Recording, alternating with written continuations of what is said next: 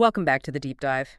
Today, we are looking at a massive structural decoupling in the market. On one hand, you've got institutional capital just moving with incredible speed, and on the other, the entire regulatory framework is it's just stuck in total inertia. It's speed meeting a brick wall. Yeah. A perfect storm. And the headline driving this whole thing is really, truly stunning. For the trading day of January 14th, U.S. spot Bitcoin ETFs recorded a net inflow of about $843 million. In one day. One day. And that brings the two-day total, across the entire complex to over $1.6 billion. Yeah, it's not a trickle anymore. It's a torrent. We are, I think, officially operating in what we've been calling the regulatory vacuum capital flood regime. Right. And what's so fascinating here is the intent behind it. This isn't, retail money chasing a pump. This is a structural repricing. It's large allocators. Pensions, wealth managers. Exactly. They are front-running what they see as long-term monetary debasement. They're positioning themselves now, and they seem almost indifferent to the legislative noise coming out of Washington. So that's our deep dive mission for today. We need to unpack how this massive, really unprecedented demand is changing the price action. We'll quantify the supply shock, which is just staggering, and maybe most importantly, figure out why Washington's failure to legislate is somehow being seen as bullish news. Yeah, why no news is good news right now. Exactly. So let's start with that institutional engine. Bitcoin has clearly put its defensive posture behind it after weeks of just testing that $90,000 line. Yeah, that was a grind. It was. Now we've got a clear breakout. It feels like an offensive expansion targeting those all-time highs again. The trading session on the 14th was, it was a masterclass in market conviction. Yeah. And it really unfolded in three pretty distinct phases. Right. First was what we can call the morning shakeout. So from about 7 a.m. to noon Central Time, we saw some pretty aggressive profit taking. And that pushed the price down to an intraday low of $94,500. And that 94.5 level is critical, isn't it? That was the old resistance. Exactly. It was the ceiling that capped all those rally attempts earlier in January. And when the market tested it yesterday morning, it held firm. It wasn't just a bounce, it was defended. The old ceiling became the new floor. Precisely. That technical confirmation just triggered a wave of algorithmic buying, which set the stage for phase two. The institutional bid. The institutional bid. From noon to 6 p.m., the buying pressure was just relentless. Aggressive spot buying cleared out all the overhead supply, 96K, and Bitcoin printed an intraday high right up near $97,838. So it vacuumed up all the liquidity right below 98,000. All of it in a 6-hour window. And that led naturally to phase three, high-range consolidation. The daily candle closed really strong, near 96, 934. That's a 1.6% gain. And we're still holding around 96,600 this morning. Holding all of it. All of it, even with traditional equities looking a bit risk off. The power behind this move really is the supply shock. I mean, if we quantify those ETF inflows, you're talking $1.71 billion over just 3 days. That capital represents the purchase of roughly 17,800 BTC? Yeah, 17,800 Bitcoin at current prices. That's a huge number. But is it possible, that a big chunk of this is just market makers doing basis trades, or are we really seeing fresh client money coming in? That's the critical question. Yeah. And based on the volume, the issuer breakdown, this looks like fresh allocation. Now compare that demand, 17,800 BTC bought to the supply side. Right. The network only mined about 1,350 Bitcoin in that same 3-day period. So what is that, 13 times? U.S. ETFs alone are absorbing new supply at a factor of 13x. We are seeing a real tangible erosion of available inventory, which, it has to lead to a structural repricing. That math is just genuinely shocking. And the participation is so broad. BlackRock's IBT, they led with over $648 million on the 14th. Huge conviction. But the real structural change, the real headline for me, came from Grayscale, from GBTC. After being a constant seller for months. A constant headwind. With all those bankruptcy liquidations and the fee arbitrage unwinding, GBTC recorded a net inflow of $15.3 million. Wow. That reversal is monumental. The biggest source of selling pressure the market has faced for 6 months is now gone. Or maybe it's even flipped to a source of buying. Let's quickly check the derivatives market. Is this rally getting overheated? I know it was helped by a $680 million short squeeze. It was, yeah. That liquidation definitely accelerated the move past 96K, but the open interest confirms the trend is healthy. It's high. It's up 9% to nearly $35 billion. And rising price with rising OI is a good sign. It's a great sign. It signals new capital is entering the market, and the funding rates, they're positive, but they're not crazy, around 0.5% annualized. It tells us the market is leveraged and bullish, but not in that red-hot, euphoric state that usually signals a top. Okay, before we move on, we have to touch on the minor pivot. This is one of the most interesting adaptations we're seeing. HUD-8's stock, HET, is up 171% in 6 months. And it's not really because of their mining operations, not directly. It's because of their $7 billion partnership with Anthropic, RAM, to provide data center capacity. Exactly. 245 megawatts dedicated to AI. It's a complete transformation of their business model. It makes you ask, why are analysts suddenly valuing power capacity higher than pure hash rate? Because AI companies are desperate for compute. They're desperate, and miners already own these specialized, remote, high-power facilities. So HUD-8 is leveraging a fixed asset to diversify and insulate itself from Bitcoin volatility. It's this new hybrid AI Bitcoin model. It's brilliant. All right, let's switch gears and talk about the other half of this, the regulatory vacuum. While capital is speeding up, Congress has just hit a wall. Total gridlock.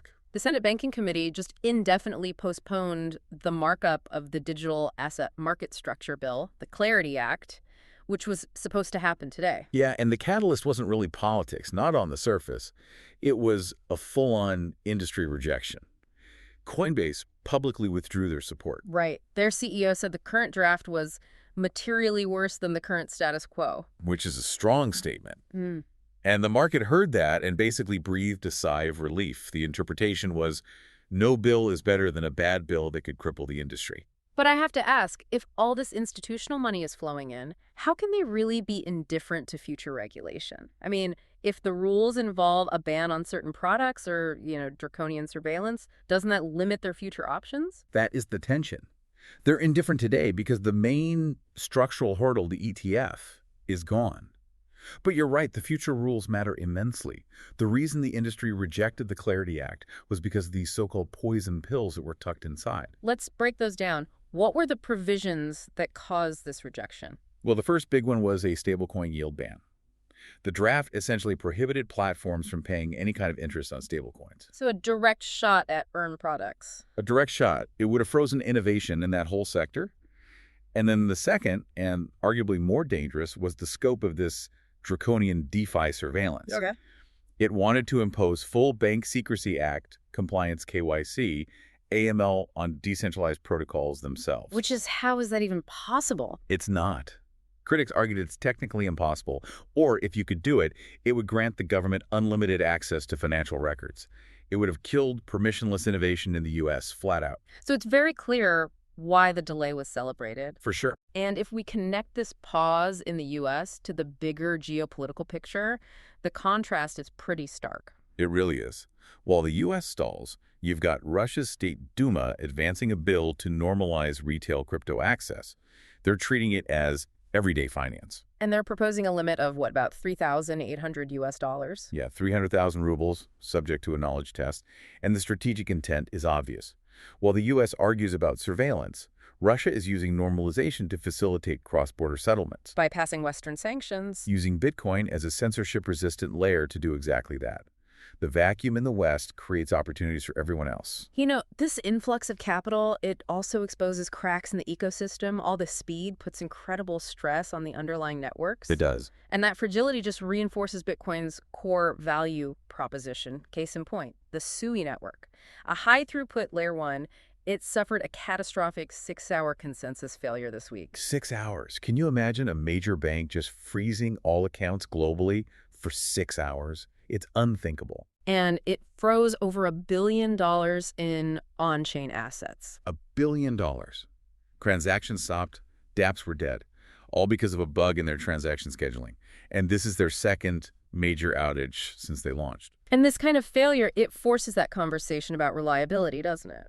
It absolutely does. When these alternative networks designed for speed struggle with just staying online, it reinforces Bitcoin's unique status. 15 years, unblemished settlement assurance, that consistency commands a massive reliability premium for institutions that simply cannot tolerate downtime. Speaking of regulatory news, we did get one rare piece of positive clarity. We did. The Zcash Foundation announced the SEC concluded its investigation into whether Zcash was an unregistered security. The outcome, a no-action letter. Which is huge, a really significant victory for the privacy sector. You saw the ZEC price immediately surge, 12 to 14% on the news? Yeah. It suggests that maybe that regulatory risk premium that's been priced into all the privacy coins might be starting to ease up. It gives clarity where before there was just, ambiguity. Shifting over to ecosystem alpha for a second, the traditional equity markets are just screaming about the next big growth vertical. Prediction markets. Oh, yeah. High Roller Technologies, ticker ROLR, their stock exploded over 600%. 600%. And it was after they partnered with Crypto.com's derivatives arm to launch CFTC-regulated prediction markets here in the U.S. So what does that reaction tell you? It validates the entire thesis. The market is screaming that prediction markets are the next major growth area. By launching a regulated product, they're trying to capture a space that decentralized platforms are still barred from. And Wall Street is rewarding that crypto adjacency with just extreme multiples. It's a sign of where the capital wants to flow next. Okay, let's bring it home with a technical check. Right now, Bitcoin is trading well above its 20, 50, and 200-day moving averages.